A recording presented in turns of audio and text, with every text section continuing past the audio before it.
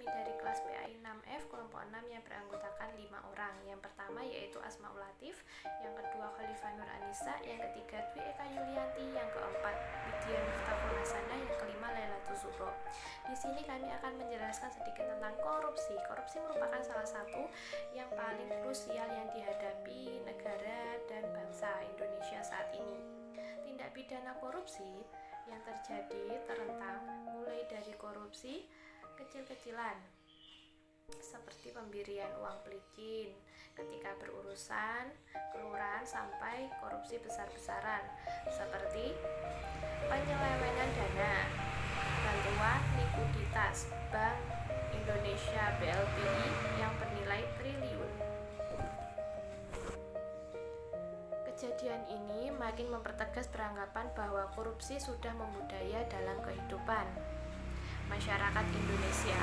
Berbagai upaya telah dilakukan untuk memberantas korupsi di bumi Indonesia, antara lain dengan membentuk badan negara, badan yang diberikan kewenangan luar biasa seperti Komisi Pemberantasan Korupsi. Semenjak didirikan tahun 2002 sampai sekarang, KPK telah menindak berbagai kasus korupsi. Akan tetapi, indeks persepsi korupsi IPK Indonesia sebagaimana dilansir oleh Transparansi Internasional TI tetaplah rendah. Bahkan untuk tahun 2010, Indonesia berada pada peringkat negara korupsi di Asia Pasifik. Pada tahun 2011, indeks persepsi korupsi IPK Indonesia adalah 3,0, peringkat 100 dari 183 negara di dunia.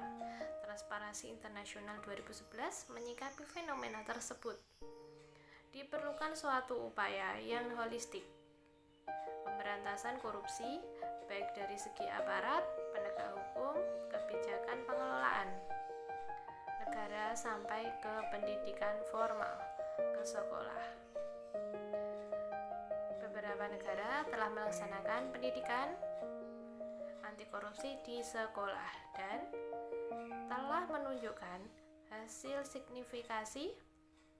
Hong Kong yang melaksanakan semenjak tahun 1974 dan menunjukkan hasil yang luar biasa.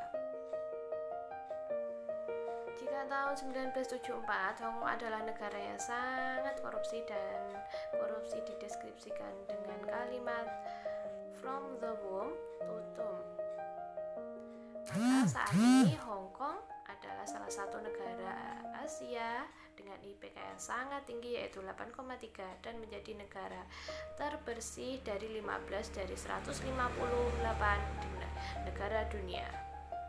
Keberhasilan ini merupakan efek simultan dari upaya pemberantas korupsi dari segala segi termasuk pendidikan anti korupsi yang dilaksanakan di sekolah secara formal. Jika dibandingkan dengan strategi pemberantasan korupsi lainnya, pelaksanaan pendidikan anti korupsi di sekolah secara formal akan memberikan beberapa keuntungan pada negara secara baik pragmatis maupun secara teoritis dan filosofis.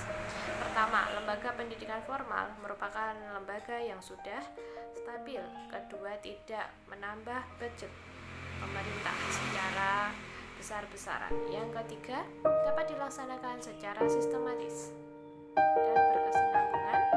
Dan terakhir, merupakan investasi bangsa dalam jangka panjang. Perlunya pendidikan anti korupsi sebenarnya sudah menjadi bagian dari pendidikan nasional sebagaimana dinyatakan dalam peraturan materi pendidikan nasional.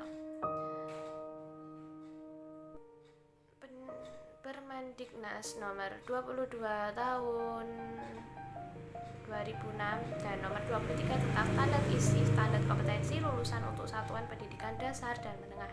Dalam Permendiknas tersebut dinyatakan bahwa pengembangan sikap dan perilaku anti korupsi merupakan bagian dari kurikulum bidang studi pendidikan. Pendidikan kewarganegaraan.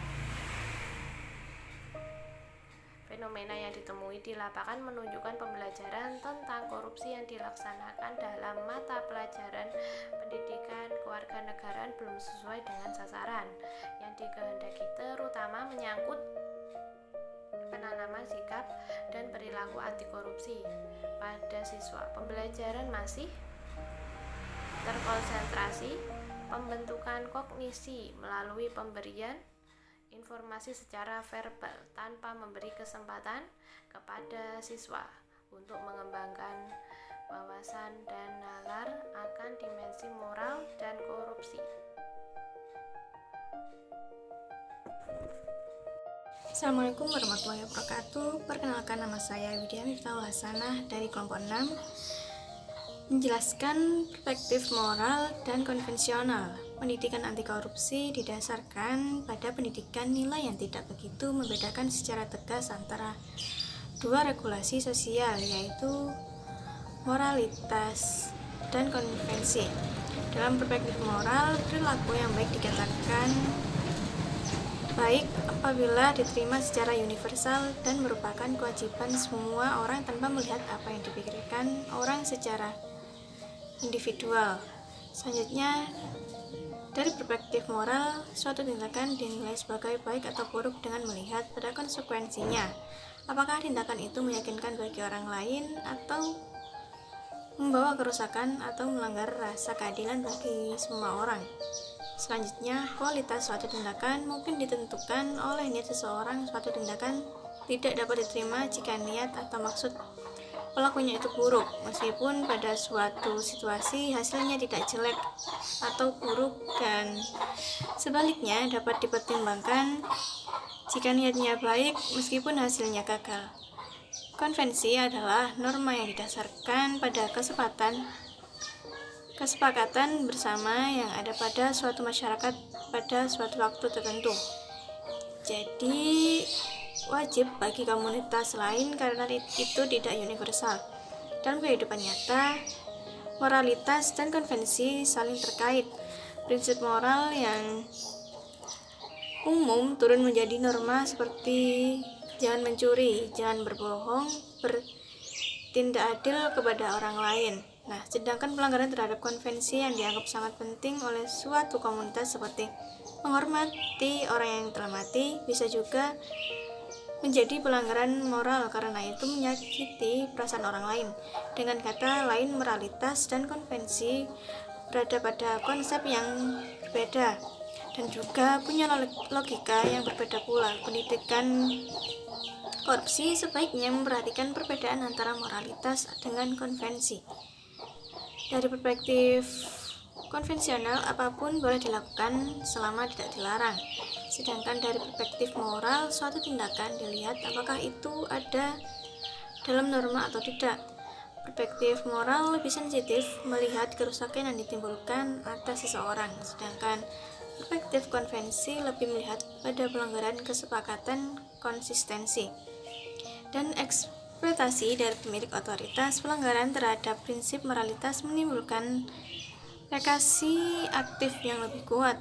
Perilaku manusia dalam menanggapi pelanggaran moral atau konvensi juga berbeda. Jika mereka melanggar prinsip moral, mereka minta maaf atau mencoba mencari pembenaran atau alasan dari tindakan mereka itu. Tetapi prinsip moral itu sendiri tidaklah dipertanyakan. Sementara kalau mereka melanggar konvensi, maka mereka akan mengkritisi sumber norma tersebut. Karena itu, manusia tahu secara instinktif mana yang moralitas dan mana yang konvensi. Sekian, terima kasih. Wassalamualaikum warahmatullahi wabarakatuh. Saya Leila Tuzuro dari kelompok 6, Pendidikan Anti Korupsi. Pendidikan anti korupsi adalah program pendidikan tentang korupsi yang bertujuan untuk membangun dan meningkatkan kepedulian warga negara terhadap bahaya dan akibat dari tindakan korupsi. Target utama pendidikan anti korupsi adalah memperkenalkan fenomena korupsi yang mencakup kriteria, penyebab, dan akibatnya. Meningkatkan sikap tidak toleran terhadap tindakan korupsi, menunjukkan berbagai kemungkinan usaha untuk melawan korupsi serta berkontribusi terhadap standar yang ditetapkan sebelumnya, seperti mewujudkan nilai-nilai dan kapasitas untuk menentang korupsi di kalangan generasi muda. Di samping itu, siswa juga dibawa untuk menganalisis nilai-nilai standar yang berkontribusi terhadap terjadinya korupsi, serta nilai-nilai yang menolak atau tidak setuju dengan ditiadakan korupsi. Karena itu, pendidikan anti korupsi pada dasarnya adalah menanamkan dan penguatan nilai-nilai dasar yang diharapkan mampu membentuk sikap anti korupsi pada diri peserta didik. Departemen Pendidikan Lithuania yang telah mengimplementasikan pendidikan anti korupsi di negaranya sejak 2005 mengatakan bahwa tugas utama dari pendidikan anti korupsi di sekolah adalah untuk memberikan pemahaman kepada siswa bagaimana siswa dapat membedakan antara kejahatan korupsi dengan bentuk kejahatan lainnya, memberikan argumen yang logis dan rasional kepada generasi muda kenapa korupsi dianggap sebagai suatu kejahatan, serta menunjukkan cara-cara yang bisa ditempuh dalam mengurangi terjadinya tindakan korupsi.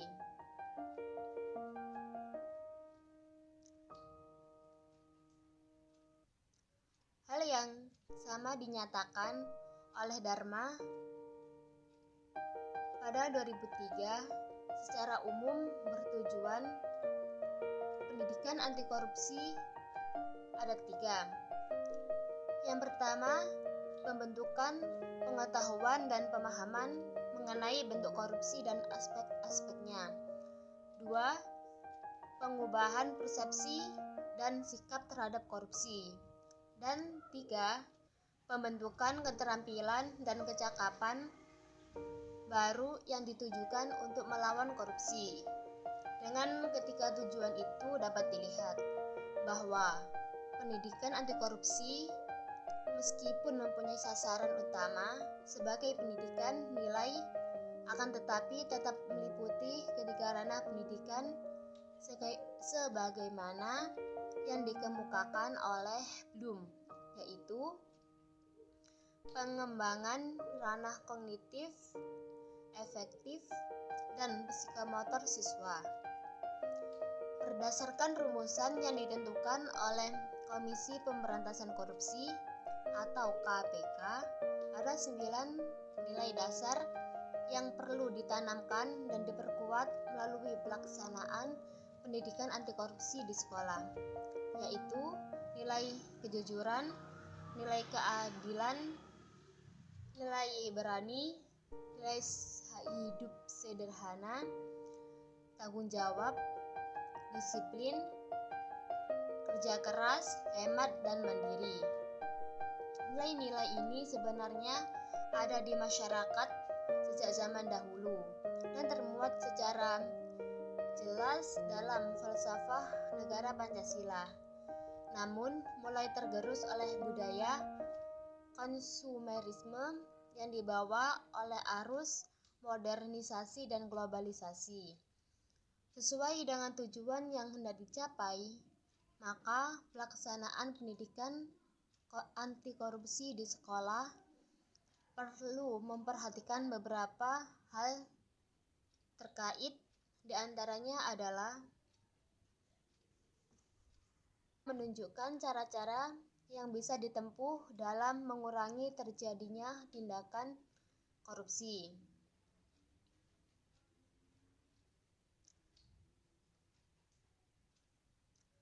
Hal yang sama dinyatakan oleh Dharma pada 2003 secara umum bertujuan pendidikan anti korupsi ada 3. Yang pertama, pembentukan pengetahuan dan pemahaman mengenai bentuk korupsi dan aspek-aspeknya. 2. Pengubahan persepsi dan sikap terhadap korupsi. Dan 3. Pembentukan keterampilan dan kecakapan baru yang ditujukan untuk melawan korupsi. Dengan ketiga tujuan itu dapat dilihat bahwa pendidikan anti korupsi meskipun mempunyai sasaran utama sebagai pendidikan nilai, akan tetapi tetap meliputi ketiga ranah pendidikan sebagaimana yang dikemukakan oleh Bloom, yaitu pengembangan ranah kognitif, efektif, dan psikomotor siswa. Berdasarkan rumusan yang ditentukan oleh Komisi Pemberantasan Korupsi atau KPK, ada 9 nilai dasar yang perlu ditanamkan dan diperkuat melalui pelaksanaan pendidikan anti korupsi di sekolah, yaitu nilai kejujuran, nilai keadilan, nilai berani, nilai hidup sederhana, tanggung jawab, disiplin, kerja keras, hemat, dan mandiri. Nilai-nilai ini sebenarnya ada di masyarakat sejak zaman dahulu dan termuat secara jelas dalam falsafah negara Pancasila. Namun, mulai tergerus oleh budaya konsumerisme yang dibawa oleh arus modernisasi dan globalisasi.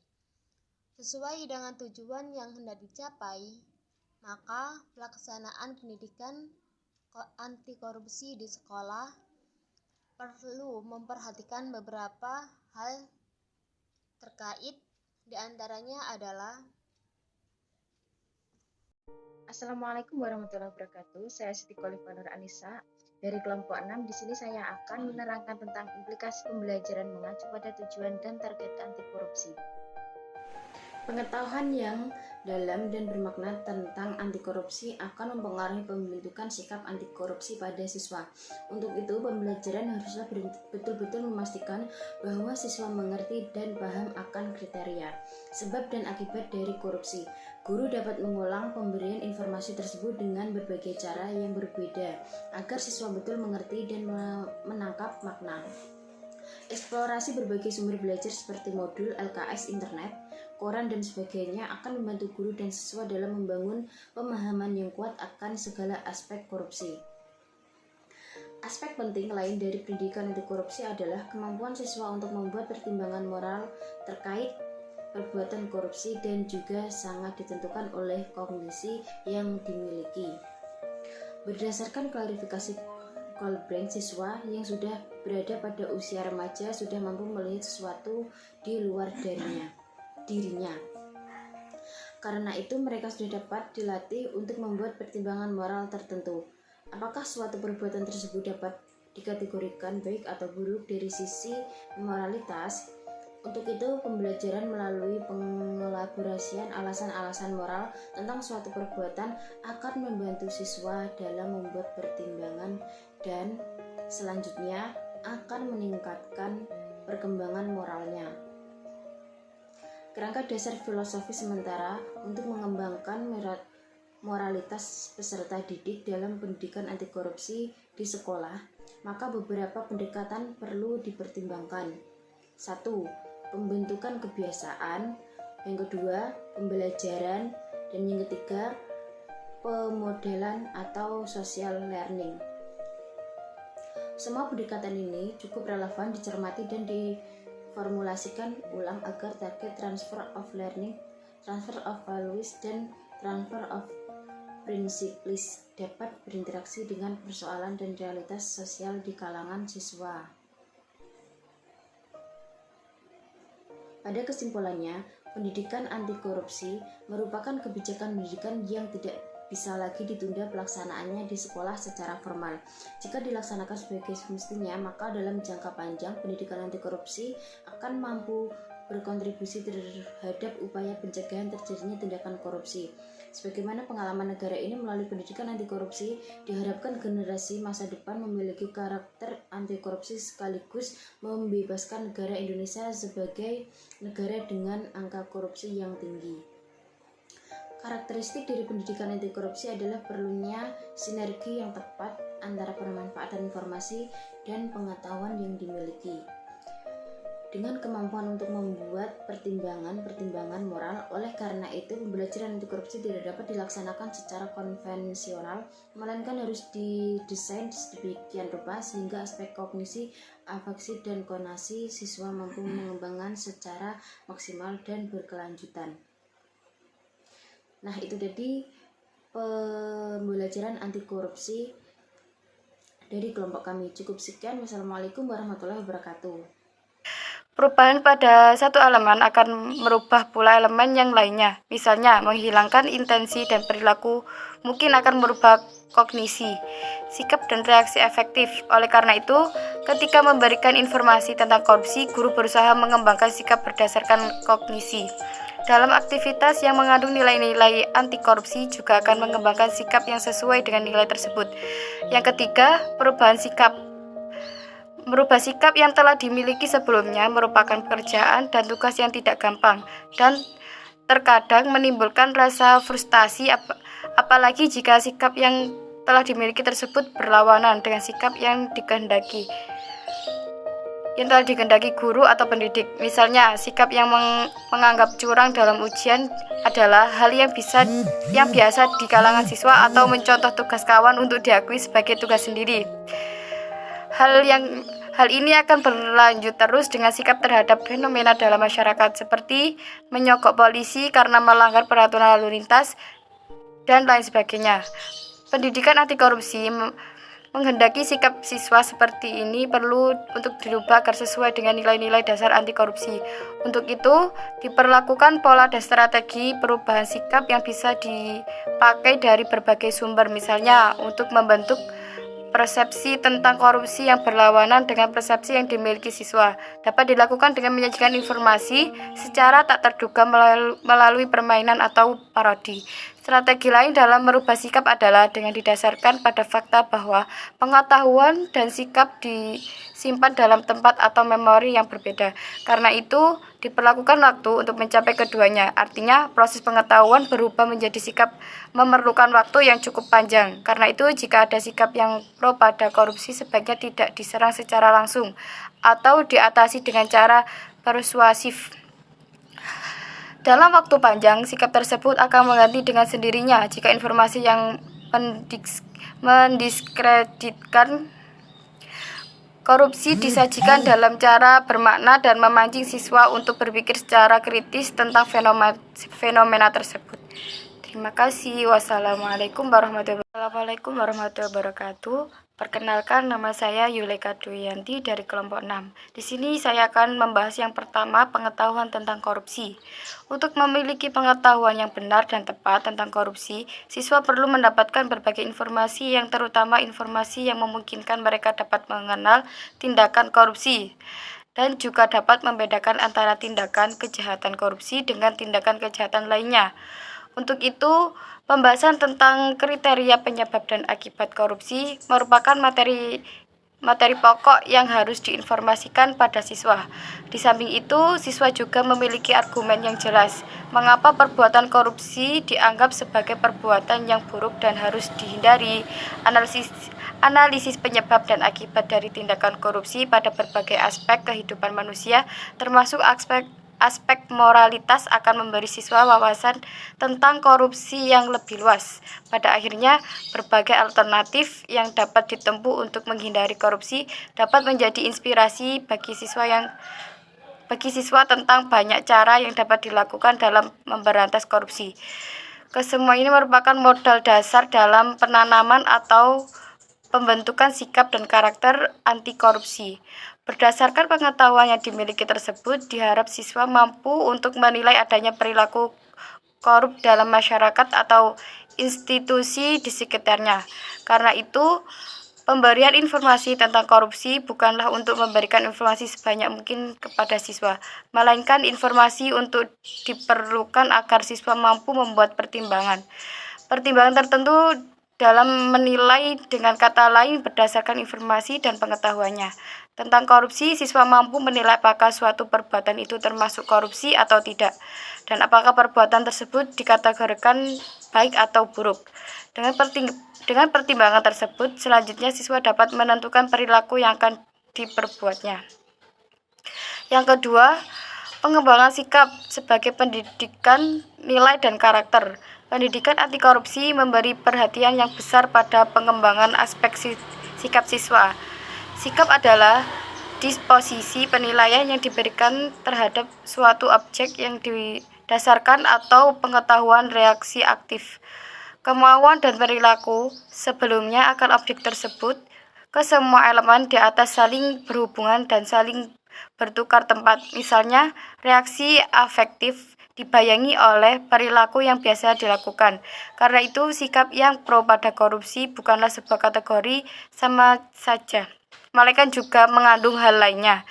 Perubahan pada satu elemen akan merubah pula elemen yang lainnya. Misalnya, menghilangkan intensi dan perilaku mungkin akan merubah kognisi, sikap dan reaksi efektif. Oleh karena itu, ketika memberikan informasi tentang korupsi, guru berusaha mengembangkan sikap berdasarkan kognisi.